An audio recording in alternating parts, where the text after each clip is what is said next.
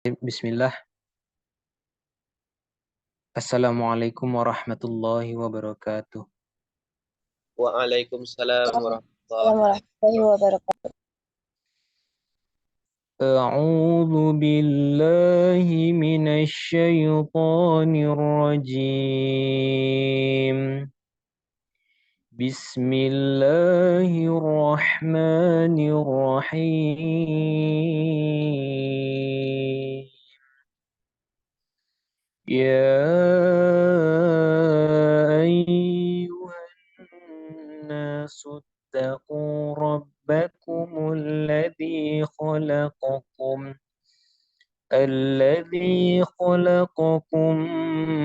min nafsin wahidah wa khalaqa minha zawjaha wa batha minhuma rijalan katsiran wa nisaa wattaqullaha alladzi tasaaluna bihi wal arham innallaha kana 'alaikum raqiba wa atul yatama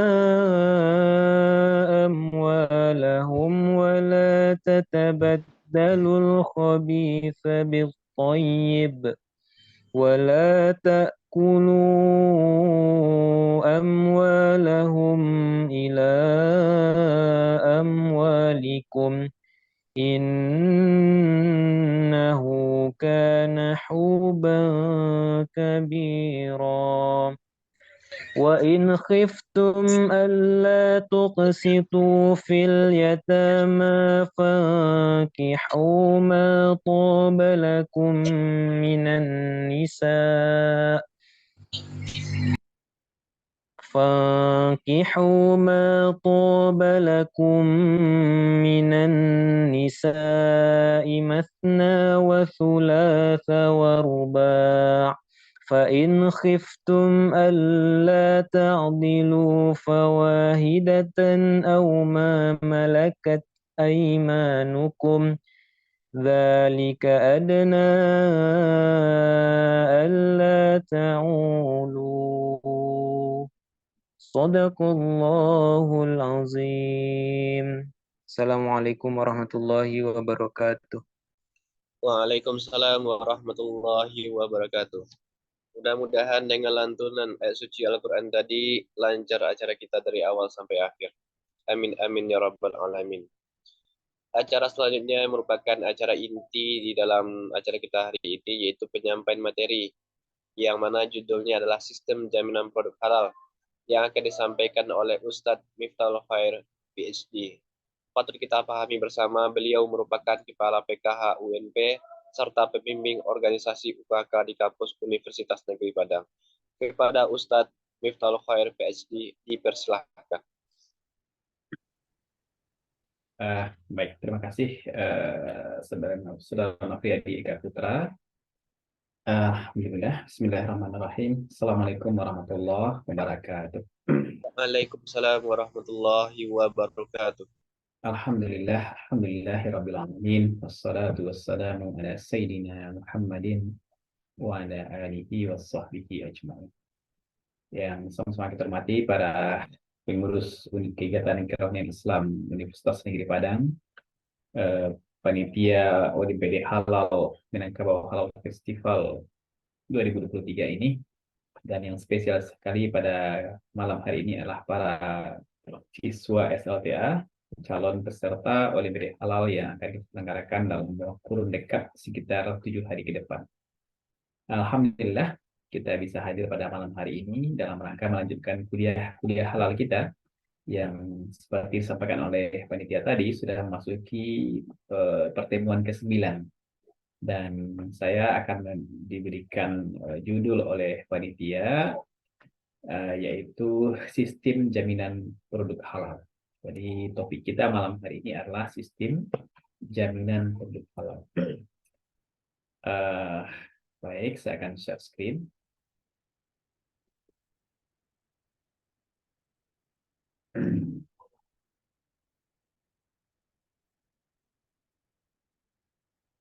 Baik, mahasiswa semuanya dan para siswa SLTA yang berhadir pada malam hari ini, judul kita adalah Sistem Jaminan Produk Halal yang disingkat dengan SJPH, ya, Sistem Jaminan Produk Halal atau SJPH. Dari kami ya, dari tim Pusat Kajian Halal UNP, di mana UNP kita memiliki Halal Center yang kita namakan dengan Pusat Kajian Halal UNP. Baik, mahasiswa semuanya dan para siswa semuanya, kita akan masuk ya. Jadi kita di Indonesia sekarang itu sesungguhnya mendapat berkah ya, terutama kaum muslimin Indonesia mendapatkan berkah bagaimana sistem jaminan halal di Indonesia itu sudah masuk ke dalam ranah regulasi, masuk konstitusi negara kita, di mana itu dimulai dari Undang-Undang 33 2014 ini ya, tentang jaminan produk halal. Nah, ini adalah regulasi atau landasan hukum tentang pelaksanaan jaminan produk halal di negeri kita ini. Jadi ini sangat luar biasa ya, di mana kita mendapatkan perlindungan secara hukum ya, hukum tata negara kita, sehingga kemudian kita bisa untuk lebih nyaman dan tenang ya dalam mengkonsumsi produk-produk sehari-hari, menggunakan produk-produk barang gunaan dan sebagainya. Nah, kemudian itu kemudian diimplementasikan lagi ya dengan adanya Peraturan Pemerintah Nomor 39 Tahun 2021 tentang penyelenggaraan bidang jaminan produk halal. Nah, ini kalau ini undang-undang di DPR diputuskan ya, ini dari pemerintah. Kemudian ini ada Peraturan Menteri Agama, ini pada level Kementerian Agama. Muncullah kemudian PMA, Peraturan Menteri Agama Nomor 26 2019 tentang penyelenggaraan jaminan produk halal. Itu makin didetailkan ya, dan kemudian ada lagi KMA, Keputusan Menteri Agama nomor sekian tentang jenis produk yang wajib bersertifikat halal. Kemudian KMA nomor 1360 tentang bahan yang dikecualikan dalam kewajiban bersertifikat halal. Kemudian Keputusan Kepala BPJPH, Badan Penyelenggara Jaminan Produk Halal nomor 57 2021 tentang kriteria sistem jaminan produk halal dan sebagainya. Jadi ini adalah landasan hukum tentang kenapa kita membahas tentang halal ini, kenapa kita mengadakan Olimpiade halal untuk edukasi siswa, kemudian kenapa ada sertifikasi halal untuk produk dan sebagainya, maka ini adalah landasan hukumnya ya. Jadi ini adalah landasan hukum dalam bernegara. Walaupun sesungguhnya kita memiliki landasan dalil ya dalam kewajiban syariat yang melekat kepada kita sebagai seorang muslim untuk selalu mengkonsumsi barang-barang makanan ya yang halal. Baik, kita lanjutkan. Nah, sistem jaminan produk halal ya. Jadi ini akan diterapkan nanti untuk pelaku usaha ya. Kemarin Pak Edi Saputra, Kepala LP3H UNP sudah menjelaskan tentang sertifikasi halal di Indonesia ya. Jadi ada kewajiban sertifikat halal ya, terutama sekarang inilah produk pangan ya, makanan dan minuman. Nah, itu diwajibkan nanti mulai Oktober 2024 itu ada kewajiban untuk bersertifikat halal di produk-produk tersebut. Maka di Indonesia kemudian diuruslah atau dilaksanakanlah sertifikasi proses para pelaku usaha. Apa itu pelaku usaha? Itu orang-orang yang memproduksi bahan-bahan yang akan kita makan, yang kita gunakan tersebut. Maka mereka kemudian diaudit, ya diaudit oleh tim LPH namanya, ataupun diperiksa didampingi oleh tim LP3H namanya. Ya, untuk apa? Untuk memastikan bahwasanya proses dan bahan itu memang telah memenuhi kriteria halal, begitu. Nah, setelah dilakukan pemeriksaan, audit, pendampingan, dan kemudian diputuskan oleh Komisi Fatwa Majelis Ulama Indonesia, dan itulah kemudian sertifikat halalnya. Nah, kemudian mereka tempellah kemudian dalam kemasan produk tersebut, dan kita pun melihat ya sudah tertempel berarti ini sudah diperiksa, sudah difatwakan, dan sudah diputuskan untuk mendapatkan label halal.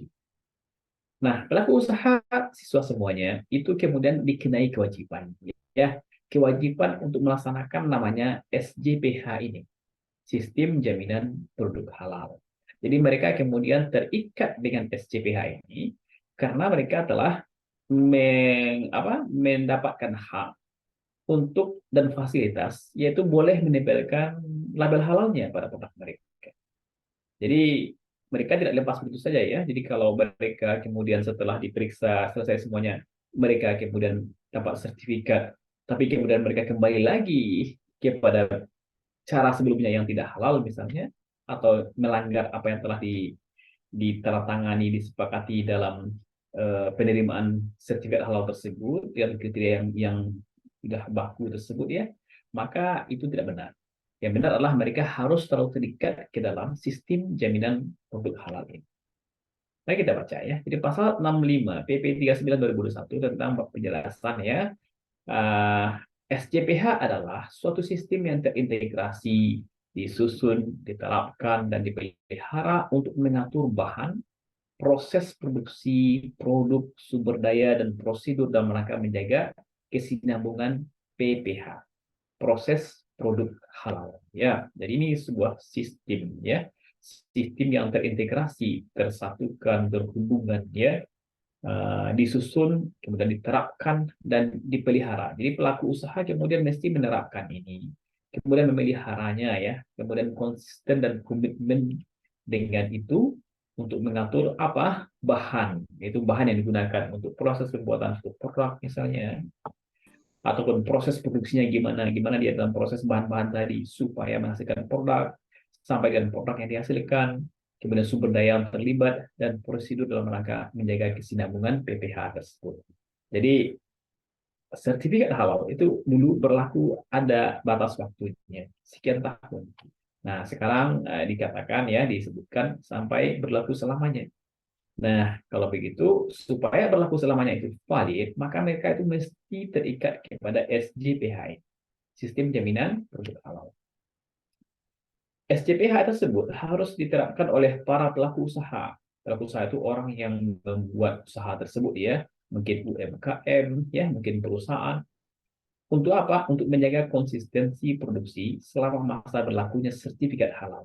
Jadi kalau dia berlakunya sertifikat halal selama 2 tahun, maka setelah merentang 2 tahun tersebut, dia itu harus selalu komit konsisten dengan SCPH yang dibuat.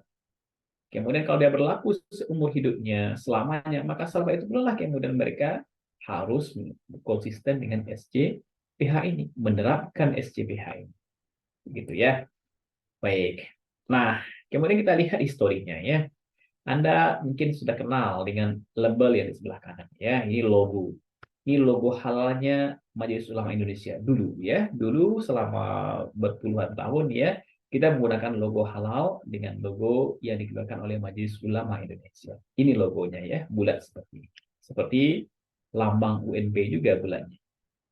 Nah, kemudian sekarang kita menggunakan logo yang di kiri, yaitu yang ada tulisan halal Indonesia-nya. Ya, ini adalah logo yang dikeluarkan oleh Badan Penyelenggara Jaminan Produk Halal, Kementerian Agama. Nah, jadi kalau dulu yang mengeluarkan logo adalah Majelis Ulama Indonesia, lalu pemeriksaan oleh LPP MUI, dan kemudian sekarang sudah melalui pemerintah, yang dalam hal ini Kementerian Agama, pada badan yang bernama Badan Penyelenggara Jaminan Produk Halal. Baik. Bukan berarti MUI tidak terlibat dalam sistem sekarang ya. Jadi dalam sistem halal, di dalam sistem penentuan sertifikat halal, pengeluaran sertifikat halal itu 3 pihak yang terlibat siswa semuanya ya. Ada namanya pemeriksa yang disebut dengan LPH ataupun LP3H. Setelah diperiksa itu, maka dikirimlah ke Komisi Fatwa Majelis Ulama Indonesia. Jadi di sini MUI terlibat, yaitu dalam memutuskan fatwa halal atau tidak halal. Itu MUI yang menentukan fatwanya ya. Kalau MUI mengatakan tidak halal, ya nggak akan keluar SH-nya, sertifikat halalnya. Tapi kalau mengatakan halal, ya nanti akan disampaikan ke BPJPH. Nah, BPJPH nanti akan mengeluarkan sertifikat halalnya. Nah, begitu ya. Jadi ada 3 pihak yang terlibat dalam sertifikasi halal di negara kita. LPH atau LP3H, kemudian Komisi Fatwa Majelis Ulama Indonesia, dan kemudian BPJPH atau Badan Penyelenggara Jaminan Produk Halal. Begitu. Nah, jadi ini dulu ya MUI. Nah, MUI waktu itu untuk sistem jaminan halalnya, dia menggunakan apa yang disebut dengan HAS. HAS 23000 ya, 23.000. HAS itu singkatan apa? Halal Assurance System. Ya, atau sistem jaminan halal. Nah, ini namanya khas 23.000. Itu zamanya MUI dahulu ya. Nah, kalau sekarang ketika sudah dihandle oleh BPJPH, maka namanya menjadi SJPH, Sistem Jaminan Produk Halal ya. Jadi ada kata-kata produk di sini. Jadi kalau MUI hanya sistem jaminan halal, nah pas SJP pada Halal Indonesia BPJPH ini dia menggunakan kata-kata produk di sini. Sistem jaminan produk halal disingkat dengan SJPH. Kalau MUI khas atau SJH, kalau sekarang SJPH. Baik, nah waktu itu zaman MUI ini, zaman khas 23.000 ini, standar halal ditetapkan oleh LPPOM MUI. Nah, lembaga pengkajian obat makanan kosmetik yang dimiliki oleh MUI. Nah, sekarang ini oleh BPJPH, pemerintah, ya, Badan Penyelenggara Jaminan Produk Halal, Kementerian Agama dari Republik Indonesia ini. Kemudian dahulu kala ketika masih sertifikasi halal MUI itu sifatnya voluntary atau sukarela. Jadi orang berusaha boleh mengurus, boleh tidak. Suka-sukanya aja ya. Kalau dia mau ngurus ya diurus, kalau enggak ya tidak gitu ya. Tidak ada paksaan waktu itu. Nah, itu ketika zamannya masih masih Majelis Ulama Indonesia dahulu. Kalau sekarang gimana? Oh, tidak lagi ya. Sekarang sudah bersifat wajib. Jadi mengurus sertifikat halal itu wajib mandatori. Nah, mandatori. Di mana tadi sudah disampaikan pada Oktober 2024 nanti itu sudah mandatori semuanya. Produk pangan, minuman itu mesti ada sertifikat halalnya. Begitu. Nah, ruang lingkup khas 23.000 MUI ini waktu itu adalah tentang perkenalan, ruang lingkup, kemudian istilah dan definisi, prinsip SCH, dan kriteria. Nah, Anda bisa fokus kepada kriterianya ya, yaitu ada 11 buah kriterianya pada khas 23.000 ini. Nah, yang bedakan dengan SCPH apa? Kalau tadi adalah sifatnya mandatori, sekarang dia juga memiliki perbedaan-perbedaan pada bagian kriteria, yaitu lebih sederhana, yaitu ada 5 kriteria ya tentang SCPH yang sekarang. Jadi lebih sederhana dibandingkan dengan sistemnya. Kemudian informasi dan dokumentasi ya. Baik, nanti kita lihat yang lainnya. Nah, ini dia. Nah, siswa semuanya, penetapan kehalalan produk dilaksanakan oleh MUI ya, pasal 76 PP nomor 39 tahun 2021. Tadi sudah kita singgung ya, bahwasanya ada 3 pihak yang terlibat ya dalam hal penerbitan sertifikat halal tersebut. Mulai dari pemeriksaan oleh LPH, Lembaga Pemeriksa Halal, kemudian melalui fatwa penetapan kehalalan oleh Majelis Ulama Indonesia, dan kemudian pemberian sertifikat oleh BPJPH. Nah, ini ya, ini contohnya nih rapat. Ini MUI lagi rapat ya, mungkin adalah komisi fatwanya yang sedang merapatkan tentang hasil pemeriksaan oleh lembaga pemeriksa halal yang dilakukan oleh orang yang bernama auditor halal. Jadi auditor itu orang yang audit pelaku usaha, perusahaan-perusahaan tentang ada nggak potensi tidak halalan di sana. Nah, setelah itu direkap oleh mereka, dilaporkan oleh MUI. Nah, kemudian MUI melakukan rapat ya, penetapan fatwa halal. Jadi begitu. Jadi penetapan kehalalan produk dilaksanakan oleh MUI melalui sidang fatwa halal MUI. Sidang fatwa halal MUI dapat dilakukan di MUI pusat, provinsi, kabupaten kota, ataupun kalau di Aceh sebagai daerah istimewa, mereka mempunyai majelis ulama yang bernama MPU Aceh, ya, Majelis dan Musyawarah Ulama Aceh. Begitu. Nah, kemudian hasil penetapan kehalalan produk berupa ketetapan halal ataupun tidak halal. Begitu ya. Jadi bisa halal, bisa tidak. Jadi kalau tidak memenuhi kriteria halal setelah diperiksa ya tidak akan keluar sertifikat halal. Oke. Kemudian penyelenggaraan jaminan produk halal mahasiswa semuanya dan para siswa semuanya ya. Nah, itu adalah yang kita sampaikan tadi ya, dari 3 pihak yang terlibat, maka dari pemerintah adalah BPJPH, Badan Penyelenggara Jaminan Produk Halal. Nah, ini kantornya ya, ini kantornya BPJPH di Jakarta. Di Jakarta ini kantornya, nah, besar tempatnya ya. Kemudian jadi BPJPH ini berperan dalam apa ya? Ya, selain mengeluarkan sertifikat halal tadi, tapi juga mempunyai tugas yang banyak, ya, menetapkan norma, standar, prosedur, kriteria. Ini adalah kriteria halal, prosedur, dan standar itu mereka yang buat. Yang kedua, menerbitkan dan mencabut sertifikat halal dan label halal. Tadi sudah sampaikan ya, bahwasanya diperiksa oleh MUI, kemudian diterbitkan sertifikat halalnya oleh BPJPH. Oh, ada juga nih yang melanggar misalnya ya. Contohnya yang terakhir yang dicabut oleh MUI itu apa? Yaitu minuman wine ya, nabis. Nah, itu dicabut oleh MUI karena ada kekeliruan di situ ya. Ternyata mereka tidak halal, tapi justru dapat sertifikat halal karena adanya satu dan lain hal kesalahan ya pada proses pemeriksaan misalnya. Maka BPJPH mencabut sertifikat halal tersebut. Termasuk juga ada sertifikat halal yang sudah didapatkan oleh merek-merek seperti merek-merek yang aneh-aneh itu. Misalnya Narako, kemudian Jin, ya, ayam melawan setan misalnya. Oh, itu dicabut SH-nya oleh BPJPH. Jadi itu wewenangnya BPJPH untuk mencabut dan menerbitkan sertifikat halal dan label halal. Termasuk kerjaan BPJPH adalah tentang sertifikat halal produk dari luar negeri ya. Jadi yang mau diimpor barang-barang masuk ke Indonesia, maka BPJPH juga berwenang untuk registrasi sertifikat halal. Bukan hanya itu, mereka juga bertugas untuk sosialisasi, edukasi, publikasi produk halal. Nah, demikian ya, mereka sampai kepada edukasi produk halal dan sebagainya. Juga akreditasi LPH. Nah, mereka nanti akan mengakreditasi ya, menentukan ini lembaga pemeriksa halal yang memiliki para auditor halal tersebut itu sudah layak apa tidak. Nah, itu kerjaan dari BPJPH juga. Juga meregistrasi para auditor halal. Apa itu auditor halal? Itu orang-orang yang mengaudit ke lapangan, ke perusahaan-perusahaan, ke pelaku usaha, orang yang produksi makanan minuman. Nah, itu namanya auditor. Nah, mereka tuh harus terdaftar ya di BPJPH, registrasi di BPJPH.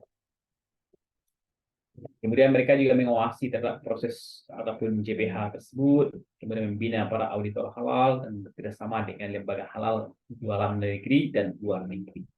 Nah, ini tugas dari BPJPH sesuai dengan PP 39 2020 ini. Baik. Nah, maksud semuanya. Nah, sekarang kita lihat tentang ruang lingkup lagi ya.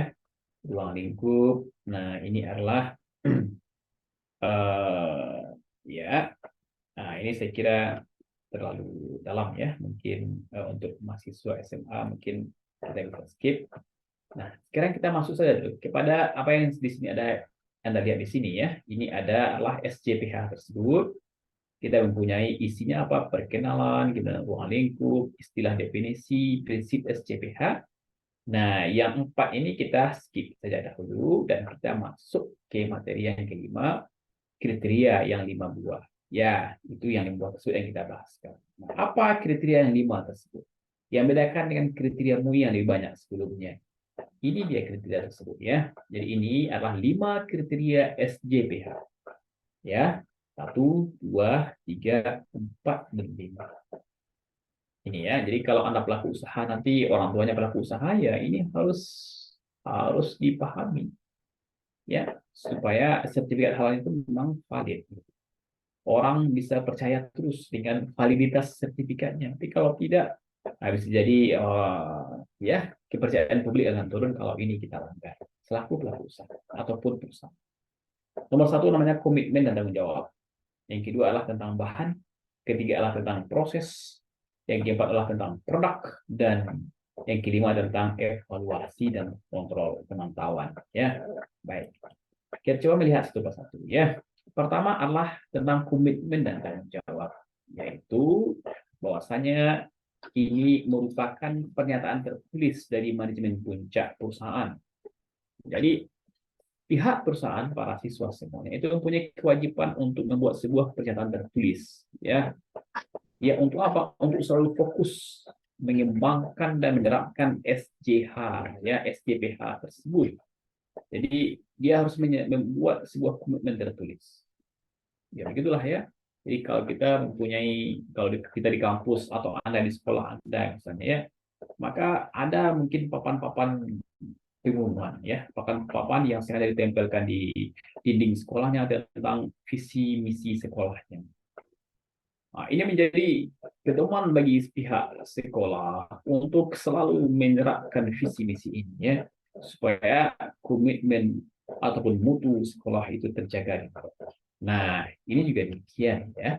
Kita punya komitmen dan tanggung jawab yang dibuat secara tertulis oleh manajemen puncak, berarti para direktur perusahaannya, ya, para komisaris, para CEO perusahaannya, ataupun pemilik usaha, pelaku UMKM, begitu ya. Mereka membuat catatan tertulis untuk apa? Isinya untuk selalu fokus, ya, mengembangkan dan menerapkan SJPH tersebut, ya, dan bertanggung jawab untuk meminimalkan serta menghilangkan segala sesuatu yang tidak halal dan menyesuaikan dengan perkembangan peraturan perundang-undangan dan atau fatwa MUI.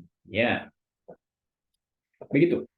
Nah, adalah komitmen ataupun tanggung jawab yang ditulis, ditandatangani, ya, dan menjadi pedoman komitmen dari perusahaan tersebut untuk selalu melaksanakan, menerapkan namanya SJPH. Nah, apa saja unsur komitmen tersebut, ya? Pertama tentang kebijakan halal di perusahaan tersebut, kemudian tentang tanggung jawab manajemen puncak, tentang pembinaan sumber daya manusia yang terlibat. Nah, itu ya termasuk dalam komitmen daripada isi dari komitmen dan tanggung jawab untuk SJPH. Nah, kebijakan halal itu apa? Yang pertama adalah kebijakan halal, yaitu adalah pernyataan tertulis komitmen pelaku usaha atau manajemen puncak untuk menggunakan bahan halal, ya, memproses produk halal, menghasilkan produk halal sesuai dengan persyaratan sertifikasi halal serta berkesinambungan dan konsisten. Nah, inilah kebijakannya, ya, bahwasanya si perusahaan tersebut, ya, akan selalu menggunakan bahan halal.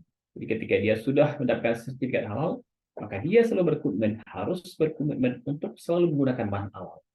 Dia nggak boleh menukar-nukar bahannya gitu dengan bahan-bahan lain yang nggak ada sertifikat halalnya, yang tidak halal, tidak boleh. Kemudian prosesnya gimana? Haruslah proses produk halal. Jadi bahannya oke, sudah halal, tapi pas prosesnya dia menggunakan bahan yang tidak mungkin tercemar dengan najis misalnya, atau dia menaruh bahannya tersebut di luar rumah kemudian dijilat oleh anjing misalnya, itu kan bagian dari proses, ya, atau dia menggunakan wadah-wadah yang ada kena najisnya bercampur dengan wadah non halal, itu pada bagian proses, ya, itu harus halal prosesnya tersebut, dan akhirnya sampailah kepada produk, maka produk pun ya mesti produk yang halal, ya, sesuai dengan persyaratan sertifikasi halal yang diksanakan, begitu ya. Nah, kemudian apalagi maksudnya semuanya, siswa semuanya, juga tentang kebijakan halal pelaku usaha itu mencakup, ya, misalnya yang lain, menetapkan kebijakan halal, melaksanakan kebijakan halal secara konsisten, memastikan kebijakan halal yang ditetapkan, dipahami, dan diterapkan oleh seluruh personel dalam organisasi. Nah, demikian, ya. Jadi dia punya anggota, dia punya karyawan, maka bukan dia saja yang tahu, bukan yang pemilik usaha itu aja yang tahu, ya, bukan hanya bosnya aja yang tahu, tapi harus disosialisasikan kepada seluruh karyawannya. Nah, sehingga kemudian ini dapat menjadi pengetahuan bersama yang akan diterapkan secara bersama-sama. Kemudian mensosialisasikan dan mengkomunikasikan kebijakan halal kepada seluruh pihak terkait, ya, begitu. Nah, begitu para mahasiswa semuanya, ya, para siswa semuanya tentang kebijakan halal, dan kemudian juga ada tentang poin B-nya, yaitu adalah tanggung jawab manajemen puncak. Nah, Anda bisa baca sendiri, ya, ini adalah bagian dari tanggung jawab dari manajemen puncak. Siapa itu manajemen puncak? Ya, para pemilik perusahaan, gitu ya, para direktur, para bos. Maka dia punya kewajiban 1, 2, 3, dan 4. Silakan dibaca. Dan kemudian juga bagian terakhir adalah pembinaan sumber daya manusia. Inilah komitmen dan tanggung jawab dari perusahaan tersebut untuk melakukan pembinaan melalui pelatihan dan atau peningkatan kompetensi bidang halal. Nah, jadi mesti ada, ya, orang-orang yang juga ada yang disebut dengan namanya penyelia halal. Ya, penyelia itu artinya orang yang spesial untuk mengawasi proses halal dalam perusahaan tersebut. begitu ya. Dan orang yang mestilah orang yang punya kompetensi ya, kompetensi tentang tentang pengetahuan tentang ini halal. Kemudian yang kedua adalah pada kriteria yang kedua itu adalah namanya bahan. Nah, bahan ya, bahan itu masuk dalam kriteria kedua dalam SJPH. Bahan adalah unsur yang digunakan untuk membuat atau menghasilkan produk yang dipersyaratkan dalam SJPH. Ya kita paham ya. Maka bahan itu mungkin berasal dari apa? Bisa dari hewan, tumbuhan, mikrobia, bahan yang dihasilkan melalui proses kimiawi, biologi, ataupun rekayasa genetik. Nah, begitu ya. Ini adalah bahan-bahan yang juga harus memenuhi kriteria SJPH ya. Baik dari hewan, tumbuhan, mikro, dan sebagainya. Dan bahan yang digunakan dalam proses produk halal itu mencakup, nah, kalau tadi adalah jenis-jenisnya ya, kalau sekarang cakupannya ya, kita kategorikan sebagai bahan baku, raw material, ada juga bahan tambahan ya, aditif, juga ada bahan penolong, processing aid. Jadi kalau bahan baku, misalnya ya kalau tepung bahan bakunya ya beras atau gandum gitu ya. Juga ada bahan tambahan, ya bahan tambahan ya ditambah apalah gitu, mungkin perasa atau bahan penolong, misalnya enzim ya untuk proses cepat produksinya. Nah ini contoh bahan-bahan yang terlibat dalam atau yang dikatakan sebagai bahan tersebut, raw material, aditif, dan processing aid. Kemudian juga mencakup tentang kemasan ya, biromas, grease, sanitizer yang berkontak langsung dengan fasilitas produksi untuk memproduksi produk. Itu juga masuk dalam pertimbangan sebagai bahan. Ya, kemasan, bungkusnya, biromas, grease, ya, sanitizer. Nah, itu juga harus halal ya. Tidak ada kontaminasi haramnya di sana. Kemudian bahan penolong pencucian yang kontak langsung dengan fasilitas produksi untuk memproduksi produk. Ya bahan untuk pencuci misalnya seperti sanitizer gitu ya, atau alkohol yang digunakan. Itu contoh bahan penolong untuk pencucian pada sebagian orang. Ya, ada ya ataupun sabun-sabun tertentu. Maka mesti dipastikan ini sabunnya dari apa? Apakah dari sabun dari garam biasa, sabun-sabun surfaktan biasa ya, atau dari lemak hewan tertentu. Maka walaupun dia tidak termasuk pada bahan utama, bahan raw tambahan penolong, tapi dia dimasuk dalam proses pencucian, maka itu pun mesti dimasuk kategori bahan ya penolong yang harus juga dipastikan kehalalan. Media untuk validasi hasil pencucian fasilitas yang kontak langsung dengan bahan produk ya, maka medianya pun, wadahnya pun, maka itu juga termasuk bahan-bahan kategori bahan yang mesti memenuhi jaminan halal. Nah, apalagi nih daftar bahan dan produk yang digunakan dalam proses produk halal harus merupakan produk dengan bahan yang sudah dibuktikan dengan sertifikat halal. Jadi kita punya bahan yang banyak di belakang kan. Jadi kalau si pelaku usaha mengurus usaha, maka dia memastikan seluruh bahan di sini ada sertifikat halalnya. Kecuali yang disebut dengan positive list yang sudah dibahas oleh Pak Edi kemarin. Ya, kecuali ya, ada lagi nih, kecuali yang berasal dari alam, tumbuhan dan bahan tambang tanpa melalui proses pengolahan. Itu nggak apa-apa, tidak ada sertifikat halalnya. Dikategorikan tidak berisiko mengandung bahan yang diharamkan. Nah, itu juga ya. Tidak tergolong berbahaya serta tidak bersinggungan dengan bahan haram. Nah, ini boleh tidak ada sertifikat halalnya. Kemudian ya ada dokumen pendukung bahan ya. Nah, ini contoh ya dokumen-dokumen yang penting ya dengan validitas kehalalan bahan. Anda bisa baca sendiri. Kemudian yang ketiga lagi. Jadi kita sudah lihat ya. Ya, yang pertama itu adalah komitmen dan tanggung jawab. Kriteria kedua adalah bahan.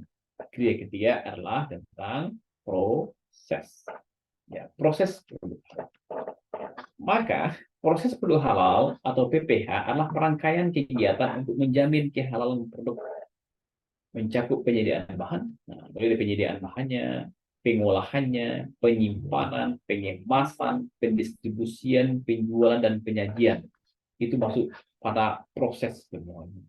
Dan itu mesti memenuhi kriteria halal. Ya, jadi cukup, ya ini banyak sekali ya kalau kita lihat tentang bagaimana sertifikasi halal tersebut sangat detail gitu ya. Bukan hanya bahannya saja, tapi proses juga harus halal.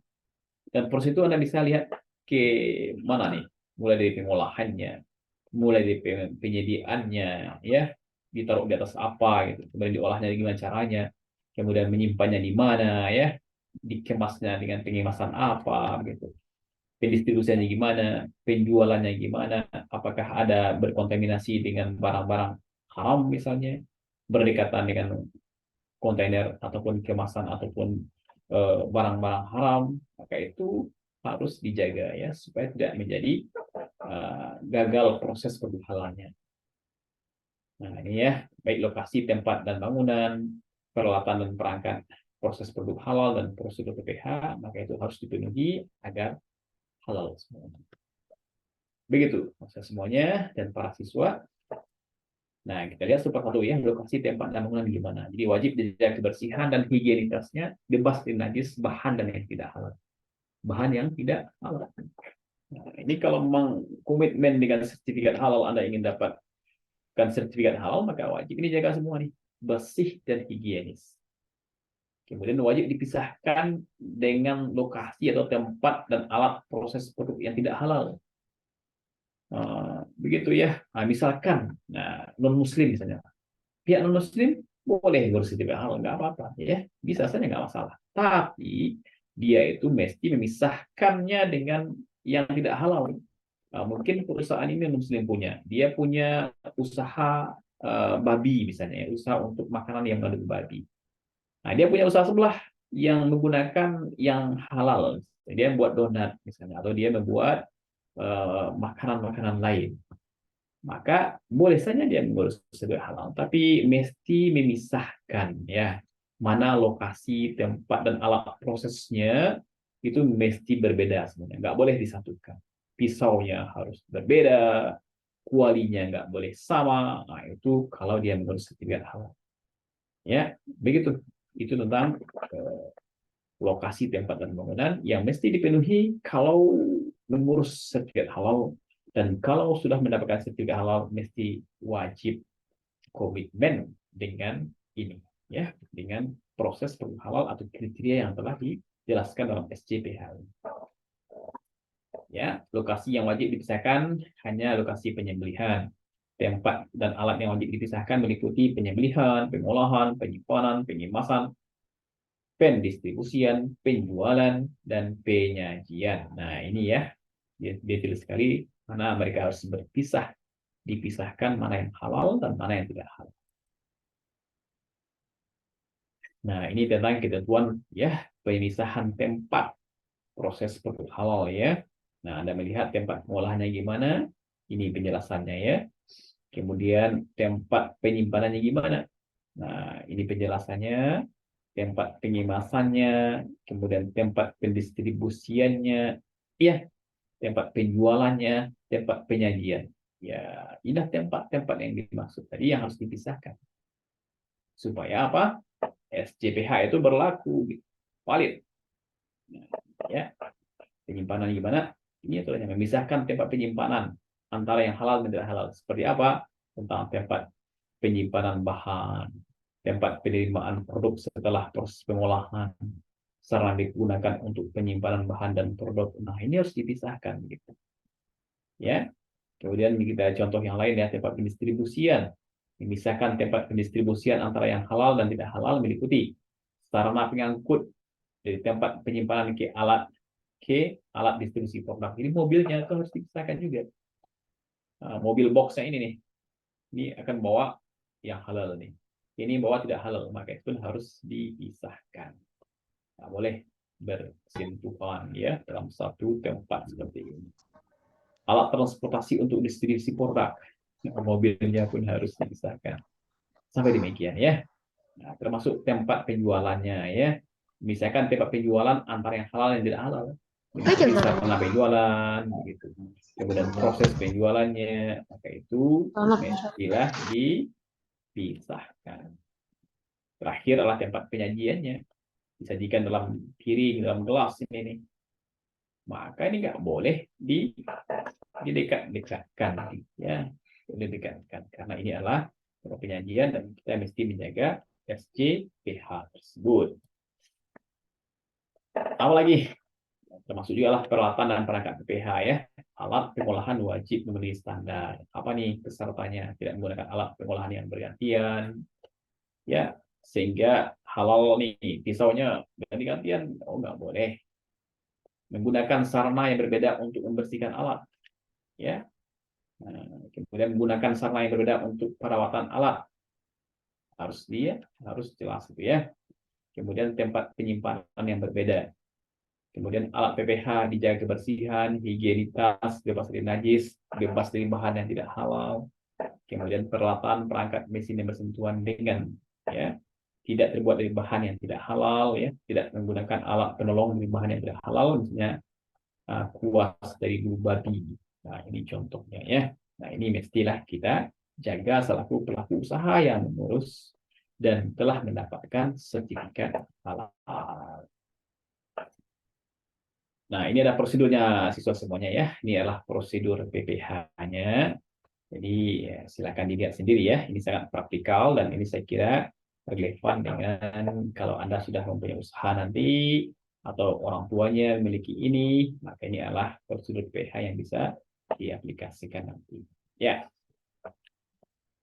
Dan sampai 14 sini ya. Ini sangat detail sekali, tapi saya kira bagi para siswa ini enggak terlalu penting ya, sebagai pengetahuan saja. Dan yang keempat lagi yaitu tentang produk ya, tentang produk ya. Ini yang keempat. Yang pertama tadi apa? Komitmen dan ini ya, pertama komitmen dan tanggung jawab, yang kedua adalah bahan, yang ketiga adalah proses perubahan halal yang barusan kita bahas, dan yang keempat sekarang adalah produk. Nanti adalah kemampuan dan evaluasi. Baik, sekarang kita bahas yang bagian keempat, produk.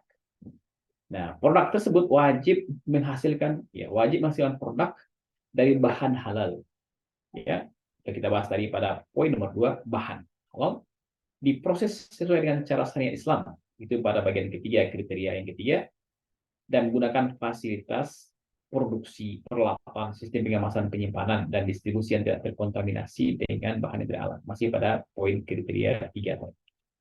Wajib menjamin produk selama persiapan, proses pengemasan, penyimpanan, dan pengangkutannya dipisahkan secara fisik dari produk atau material lain yang tidak halal sesuai dengan syariat Islam. Ya. Begitulah aturan. Dan wajib menghasilkan produk atau bahan yang aman untuk dikonsumsi. Nah, pada halal maksud semuanya terdapat juga aspek toyib. Ini bukan halal nomor ini ya. Ini bukan tentang halal saja, tentang toyib. Kalau toyib itu baik. Baik dan adalah higienis, termasuk aman untuk dikonsumsi. Ya, ini produk ini nggak mengandung babi, tapi dia menggunakan bahan kimia yang tidak toyib. Maka itu akan tidak masuk dalam sertifikasi halal nantinya. Itu nggak bisa mendapatkan sertifikat halal nantinya. Ya, jadi wajib menghasilkan produk atau bahan yang aman untuk dikonsumsi. Ya, nah ini pengetahuan Anda, sertifikasi halal tidak dapat dilakukan terhadap produk dengan 1, 2, 3, 4, 5 ini ya.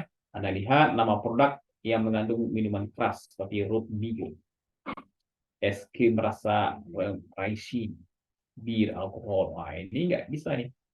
Ini nggak bisa mendapatkan sertifikat halal. Nah, kemarin yang kasus wine tersebut, wine nabis, ini ya kenanya ya. Mungkin dia mengklaim 0% alkoholnya. Nah, tapi kemudian telah memang 0%. Tapi dari segi nama saja, itu sudah bermasalah wine. Selamanya wine itu adalah miras. Maka tidak akan dapat sertifikat halal. Nama produk yang mengandung nama babi dan anjing serta turunannya seperti babi panggang, babi goreng, beef bacon, hamburger, hotdog, ini juga tidak bisa dapatkan sertifikat halal. Ya, hotdog anjing panas. Ya, hamburger, ya, ham, ada hamnya di sana. Beef bacon, ada baconnya di sana. Kalau bahasa kitanya ada babi gorengnya, ada babi panggang, ya jelas ini tidak akan mendapatkan sertifikat halal. Nama produk yang mengandung nama setan. Nah, ini jadi tren sekarang ya. Misalnya rawon setan, es pocong, mie ayam kuntilanak, mie narako, ayam pedas gisap, apa tuh? Ayam pedas, mie pedas gila, macam-macam namanya ya. Nah, itu juga tidak dapatkan halal. Nama produk yang mengarah kepada hal-hal yang menimbulkan kekufuran dan kebatilan. Nah, juga demikian ya, yang mendatangkan kekufuran dan kebatilan. Ya. Nah, nama produk yang mengandung kata-kata yang berkonotasi erotis, vulgar, dan porno, itu tidak bisa mendapatkan sertifikat. Dan itu sudah banyak kemarin di BPJPH itu dihapus ya, karena kita kan by system sekarang. Jadi semuanya online, tinggal di control find saja gitu. Nanti cari nama-nama yang aneh-aneh ini, ketemu atau langsung di delete ya sama BPJPH, dihapus ya, karena itu tidak memenuhi kriteria yang kita lihat di depan ini. Kemudian pengemasan dan pelabelan ya, wajib menggunakan bahan pengemas yang tidak dibuat dari bahan yang mengandung halal. Produk yang dikemas ulang, di repacking atau diberi label halal, di label ulang, dapat diajukan untuk sertifikasi halal ya, dengan syarat. Nah, ini syaratnya 1, 2, 3 ini ya. Bahan kritis tidak kritis. Apa itu kritis tidak kritis? Nah, kemarin sudah disampaikan oleh para pembicara sebelumnya ya. Bagian dari proses atau yang mempunyai potensi adanya kontaminasi ketidakhalalan misalnya. Ada juga namanya positive list ya. Nah, kalau masuk positive list berarti dia itu memang tidak perlu sertifikat halal ya, barang-barang yang positive list. Baik, kemudian apa lagi ya, kita skip. Nah, ini sudah ya, bisa Anda baca sendiri ini. Kemudian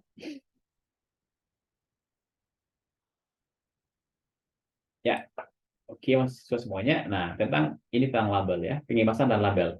Jadi pada label halal, ya, oke lah. Nanti perusahaan orang tuanya sudah dapatkan sertifikat halal, ya. Nanti akan taruh label.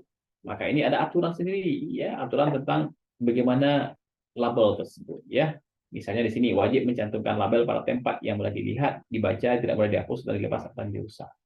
Begitu ya. Jadi mesti begitu cara menampilkan label. Jadi mudah dilihat, dibaca. Kemudian wajib mencantumkan label halal, ya. Apa yang lain? Contohnya termasuk ini nih, yang bawah ini adalah nomor serinya, nomor seri dari sertifikat halal di produk. Jadi ada orang yang menampilkan logo halal saja, ya sebetulnya bisa gitu ya. Tapi kalau nomor seri ini hanya nomor ini yang dia punya. Satu-satunya nomor yang ini perusahaan ini yang dia punya. Tapi kalau lagi logo halal aja tanpa nomor seri, nah siapapun bisa yang buat, bisa dipalsukan. Tapi kalau ada nomor ID-nya seperti ini, kita bisa masukkan nomor ini ke website si halal begitu, dan Anda akan dapatkan benar atau tidaknya produk tersebut. Langsung mendapat informasi detail tentang validitas dari logo halalnya ini. Begitu, ya. Ya. Nah, kemudian ya, ini yang terakhir ya, kita tentang identifikasi dan kemampuan telusur. Nah, ini bagian kriteria kelima ya, bagaimana kontrol ya, kemudian evaluasi. Nah, ini juga terkait dengan itu, bahwasanya adanya identifikasi dan kemampuan telusur, pelaku usaha wajib memberikan identifikasi produk yang disimpan seperti diantaranya tanggal masuk, lokasi penyimpanan, kode penyimpanan, barcode, tanggal produksi dan lainnya sesuai dengan yang ditetapkan. Sampai demikian ya, harus ada apa logbook yang terdaftar dengan rapi. Pelaku usaha wajib menjamin ketertelusuran halal produk. Nah, jadi kalau nanti di audit, auditor halal datang nanti, maka itu harus bisa pelaku usaha menjelaskan ini dapat di mana, dapat dari mana, begitu, di mana masuknya. Nah, seperti demikian ya. Mempunyai prosedur terdokumentasi untuk menjamin ketertelusuran yang produk yang disertifikasi.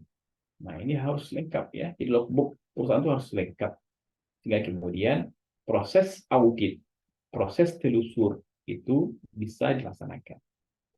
Pelaku usaha harus menjamin bahan dengan kode yang sama, yang punya status halal yang sama bila melakukan pengkodean bahan, dan harus menjamin ketertelusan informasi asal bahan di setiap kegiatan. Nah, inilah semuanya ya, Pak, sudah semuanya tentang apa? Tentang informasi tentang kemampuan telusur dan identifikasi dari bahan-bahannya. Baik, itu mahasiswa semuanya ya, dan para siswa yang hadir pada malam hari ini. Dan Anda bisa mencari informasi tambahan terkait ini ya. Misalnya informasi terkait pengajuan sertifikasi halal melalui Halal Goid, info penting, atau terkait peraturan, regulasi, ya bisa dicek tentang info publik, kemudian informasi terkait sertifikat halal gratis di Sehati Halal Goid ini, dan lain-lain. Mungkin itu ya yang bisa kita bicarakan pada malam hari ini terkait sistem jaminan produk halal. Intinya adalah ini mestinya diterapkan oleh pelaku usaha, terutama yang sudah dapat sertifikat halal, agar selalu konsisten dengan SJPH. Supaya kemudian sertifikat halalnya itu tidak bohong-bohongan gitu. Pas ngurus sertifikat halal, dia komitmen dengan SJPH. Setelah selesai, yang apa yang dikomitmen sebelumnya dia langgar gitu ya, dia pakai bahan-bahan lain yang tidak ada sertifikat halalnya, proses produksi nggak dia jaga dengan baik. Nah, itu tidak benar ya. Maka inilah SJPH yang harus menjadi komitmen dari para pelaku usaha yang telah mendapatkan sertifikat halal. Mungkin itu untuk materi kita pada malam hari ini tentang sistem jaminan produk halal. Kalau ada diskusi, nanti bisa kita buka forum diskusi. Jadi saya demikian. Assalamualaikum warahmatullahi wabarakatuh. Waalaikumsalam warahmatullahi wabarakatuh. Terima kasih kepada Ustaz Miftahul Khair PhD yang telah memaparkan materi mengenai sistem jaminan produk halal kepada kita bersama.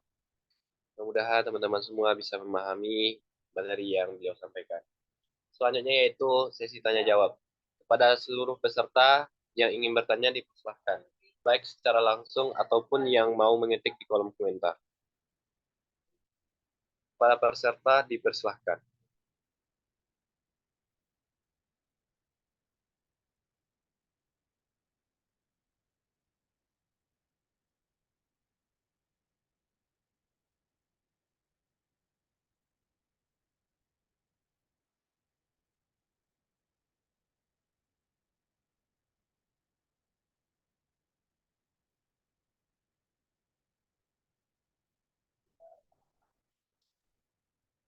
Apakah ada peserta yang ingin bertanya terlebih dahulu? Untuk membuka pertanyaan perdana mengenai sistem jaminan yang sudah disampaikan tadi.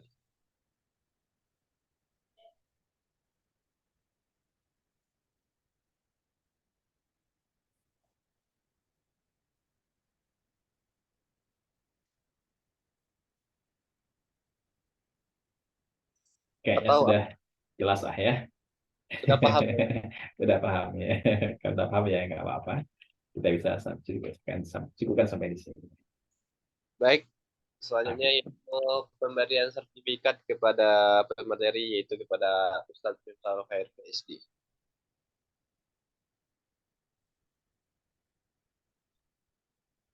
Pada operator dipersilahkan untuk menampilkan.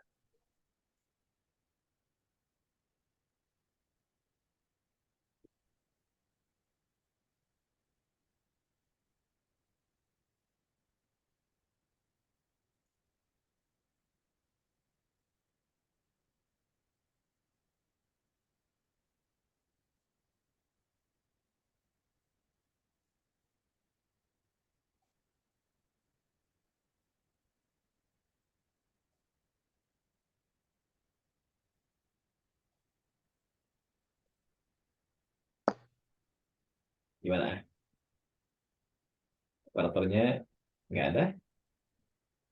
Mungkin kendala teknis Ustadz. Oke. Oke, nanti serah fisik aja ya.